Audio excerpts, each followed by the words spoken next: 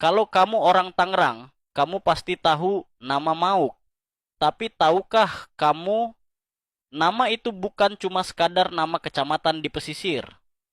Di balik kata Mauk tersembunyi dua legenda besar, kisah para wali, dan sejarah perjuangan yang membuat tanah ini sakral dan berani. Inilah kisah tanah pesisir yang dijaga oleh para ulama Mauk Tangerang.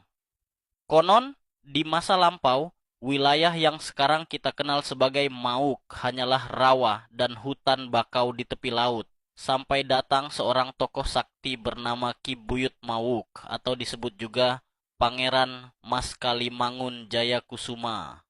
Beliau membuka lahan, memimpin masyarakat, dan mengajarkan ilmu agama serta tata hidup di pesisir.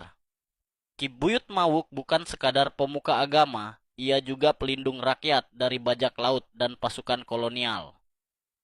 Orang-orang percaya ketika malam tiba, cahaya putih masih tampak di sekitar makamnya, pertanda bahwa ruh beliau masih menjaga Mauk hingga kini. Dari nama Mauk, itulah akhirnya muncul sebutan Mauk, sebuah nama yang melekat hingga sekarang, simbol dari keberanian dan ketulusan seorang wali penjaga pesisir.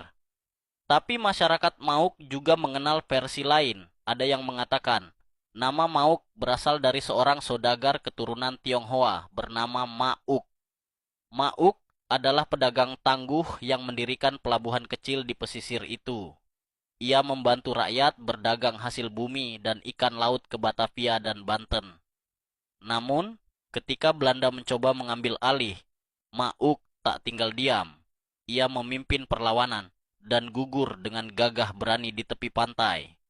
Untuk mengenang jasanya, penduduk menamai daerah ini sesuai namanya, Mauk, yang lama-lama disebut Mauk. Satu kisah dari timur, satu dari barat, tapi keduanya menegaskan hal yang sama, bahwa Mauk lahir dari semangat perlawanan dan keberanian rakyat kecil. Tak hanya kisah legenda, Mauk juga dikenal sebagai tanah para ulama dan wali keramat. Selain makam Ki Buyut Mawuk yang ramai diziarahi, di sini juga ada sosok besar KH. Musa Kedung Dalem, seorang ulama karismatik yang dikenal karena ilmu agama dan karomahnya. Beliau dikenal sebagai pendiri pesantren pertama di kawasan pesisir ini, tempat para santri belajar tentang tauhid, akhlak, dan perjuangan. Tak jauh dari sana, di desa Sasak, berdiri makam Syekh Najihun, seorang ulama besar dan menantu dari Syekh Nawawi Al-Bantani, ulama internasional yang namanya dihormati sampai ke Mekah. Syekh Najihun dikenal sebagai penyebar Islam di wilayah pesisir Tangerang, dan makamnya kini menjadi tempat ziarah spiritual bagi warga sekitar.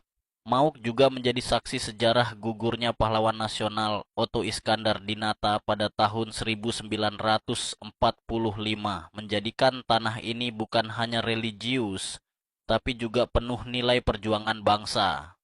Sekarang, Mauk sudah ramai, pasar berdiri, pesantren tumbuh, nelayan dan pedagang hidup berdampingan.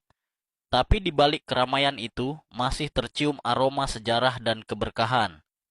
Karena tanah ini bukan sembarang pesisir, ia dijaga oleh wali, dibangun oleh ulama, dan disucikan oleh darah para pejuang. Kalau kamu bangga jadi orang Tangerang, tulis di komentar, hidup Mauk, tanah para wali.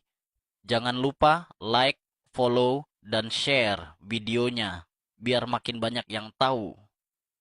Bahwa Mauk bukan sekadar tempat, tapi warisan spiritual dari Banten yang tak pernah padam.